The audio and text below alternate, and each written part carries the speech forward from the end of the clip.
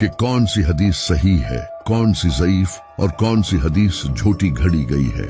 जबकि कुछ सहाबा हदीस लिख लिया करते थे, जैसे हजरत अब्दुल्लाह बिन अमर बिन आस रजी अल्लाह तआला अन्हु, जो नबी सल्लल्लाहु अलैहि वसल्लम की हर हदीस को लिखा करते थे और उन्होंने इन तमाम हदीसों की एक किताब बनाई थी जिसे सहीफा सादिका कहा जाता है। इसमें कई सौ हदीसें लिखी गई थी, लेकिन सारे सहाबा ऐसा नहीं करते थे क्योंकि उस वक्त अरब में लिखने का सामान बहुत ही लिमिटेड और काफी महंगा था, जिसे हर कोई अफोर्ड नहीं कर सकता था। लोग पत्तों पर, जानवरों की हड्डियों पर या चमड़े के टुकड़ों पर लिखा करते थे।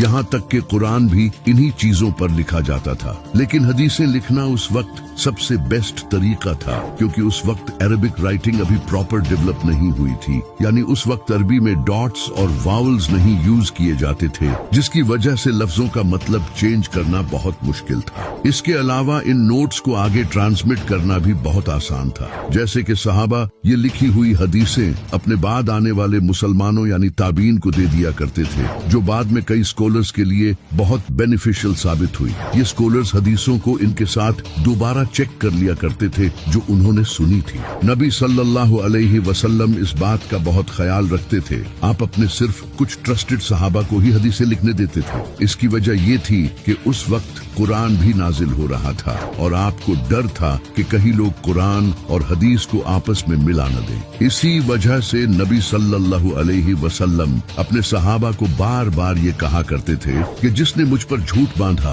वो अपना ठिकाना जहन्नम में बना ले। आपने ये बात अपने सहाबा के माइंड में फिट कर दी थी। नबी सल्लल्लाहु अलैहि वसल्लम की वफात के बाद हदीसों को लिखने का सिलसिला शुरू हुआ, क्योंकि अब नबी सल्लल्लाहु अलैहि वसल्लम इस दुनिया से जा चुके थे और जाहिर है कि अब हदीसें आना बंद हो गई थी।